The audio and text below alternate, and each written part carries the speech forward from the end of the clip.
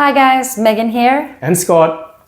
So one of the things we want to talk about is the development of the clients, how they might start off with a style or genre of artwork and then over time progress and change to another style. So we're here to talk today about the changes and the maturity and development or understanding of more artwork and how it's affecting the people in the workplace.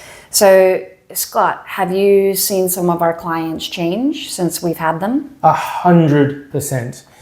What I think is really interesting is when a new client starts with us, most of them aren't used to the idea of changing artwork. So many often start from a perspective of more interior design, which is, look, we have a certain vibe that we're going for and we want this type of an artwork. And we start there with them. We go to where our clients are and we start their journey there. So our first questions to clients are always, what kind of a vibe are you looking for? And we essentially suit that. It probably comes as no surprise that many clients start with things like a contemporary abstract piece. It's a little bit more conservative. It's less likely to be quote unquote offensive to anyone or play against anyone's sensibilities. But over time, as people get used to the idea of artwork changing, that's when different works come through. And so the reason why we think it's important to share that point is that sometimes we'll get comments and suggestions from artists of saying, oh, I think this work will look great in a law firm. Yes, it might. However, sometimes the law firms, depending on the client, may not necessarily be ready yet to have that type of artwork. So Megan, as you've curated for clients, what do you do to, I guess, introduce new genres or new styles of artwork to our clients? So when we first start off with a client, we give them a color palette. They get to kind of pick and choose. Yes, that's okay. Maybe that's okay for a future. No, this is not appropriate, or no. And so we'll give them kind of what they want for a couple of rotations. But one of the things I also do to kind of put in the back of the client's mind is I also provide them with a larger color palette and more variety when we first provide them with options so that they kind of see work, because sometimes the more they see it, the more accepting they'll be of it. So I give them the color palette. It's more variety so they can see more options, and it gives them an idea of what we can show, what we can share with them. And over time, I'll start introducing some new or different genres that they haven't had before and just see how they respond. Sometimes a client will surprise me and be like, hey, I know we asked for this in one direction, like this type of artwork, but do you have anything like this? Could we kind of see it or try it out?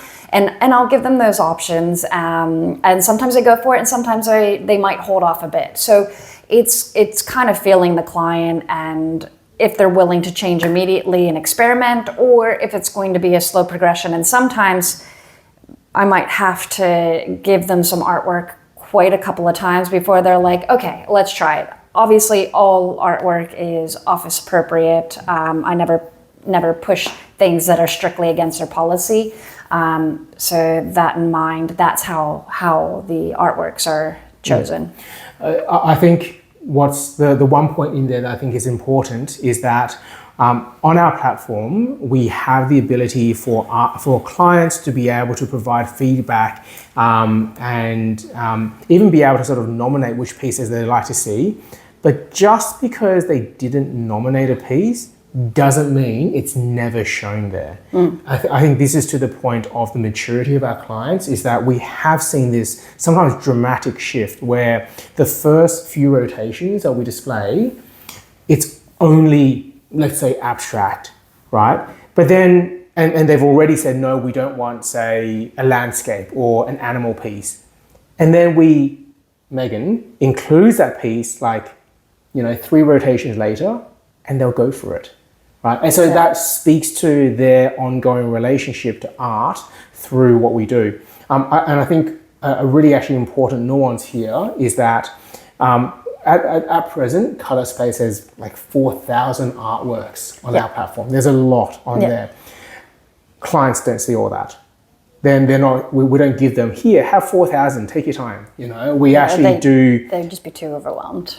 Exactly. So we actually do structure the options through, which is why for artists who do display with us, you'll see your works go to a few different places, because that's part of the process that we sort of curate to make sure that there's good exposure for the artist, but also through the maturity life cycle of our clients. So hopefully that was helpful. Again, this video is really just a little bit of insight to how we curate for clients and how their tastes change over time, and why some artworks may go, you might see in your dashboard that it's included in a few proposals, it doesn't seem to get anywhere, and then all of a sudden it's in, and that's precisely why that happens.